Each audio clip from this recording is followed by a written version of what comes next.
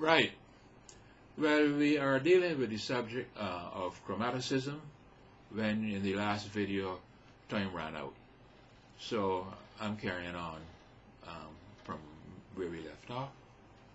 So what I'm going to do is turn the camera back on the chart once again and carry on from where we left off.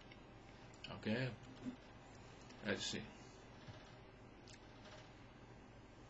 Okay, I think that should be okay there. As I was saying, in a poetic way, we were going to give some names to these four magic notes here, just to be picturesque.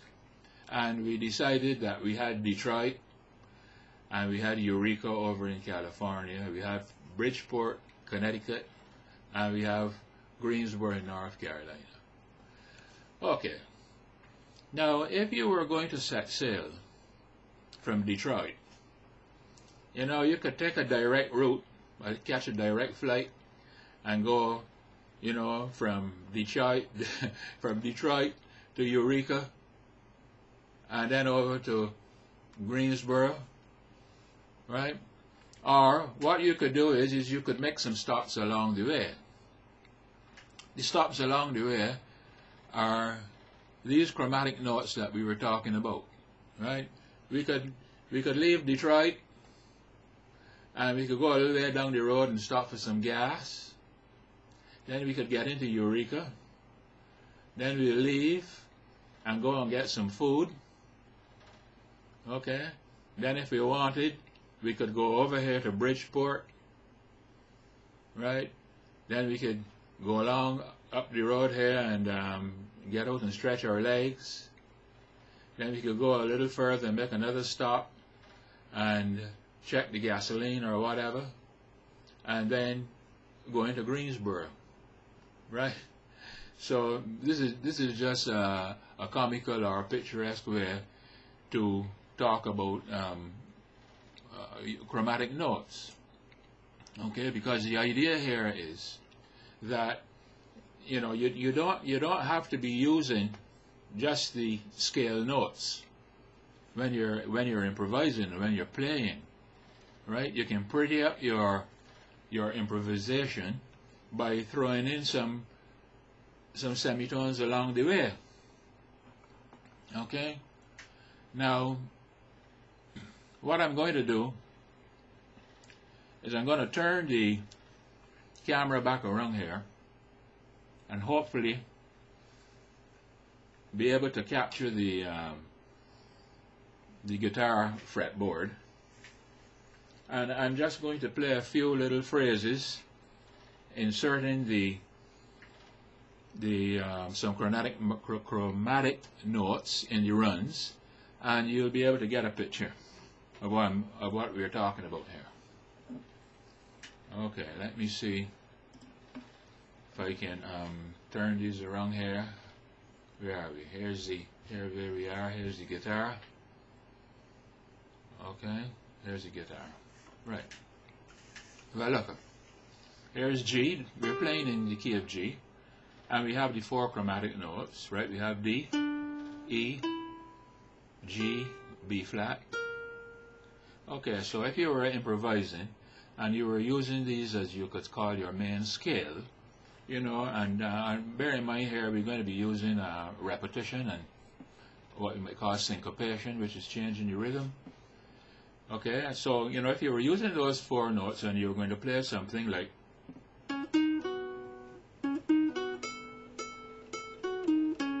right, that's fine. But here's a chromatic note, right? Here's E. Here, beg your pardon, D. Here's D. Here's E, and there's a note in between. Okay, so instead of playing, we could play, yeah. And, you know, if you were going to build an improvisation and we're going to use some repetition and so, we could go something like this, look.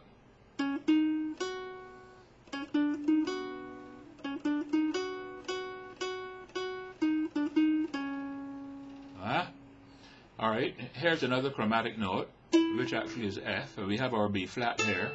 Now B flat is also, remember B flat is back here.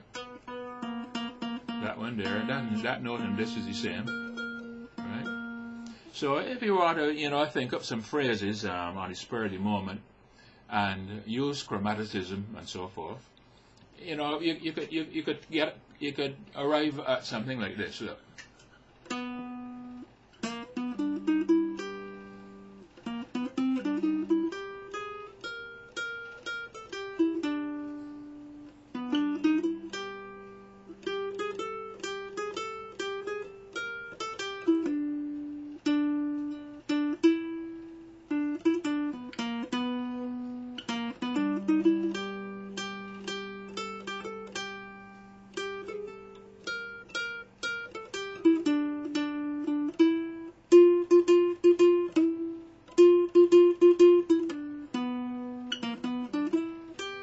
Well, of course, you realize I'm not a guitarist, and I hope the I hope the fretboard remained on the in the camera the whole time. I want to say that I did not start my little clock. I don't know where I am with the time limit, so I don't think I'm going to go too far. But I'm putting notes, you know, in the sidebar as usual. And what we will do here then with the last video and this one, we would have covered a bit more information on the 4 magic notes, and I've introduced to you this idea about chromaticism. And if there's space on the sidebar notes, I'm going to start to put some information about the pentatonic scales, because the next video that's coming behind this one here now is we're going to start straight off with the pentatonics.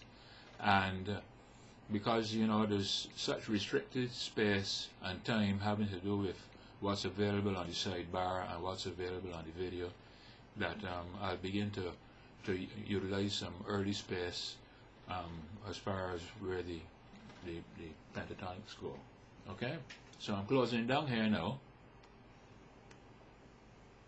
Study what I've given you, study the sidebar notes, and we'll meet again momentarily then and start off our work with the pentatonic scales. Okay, take it easy, and more time.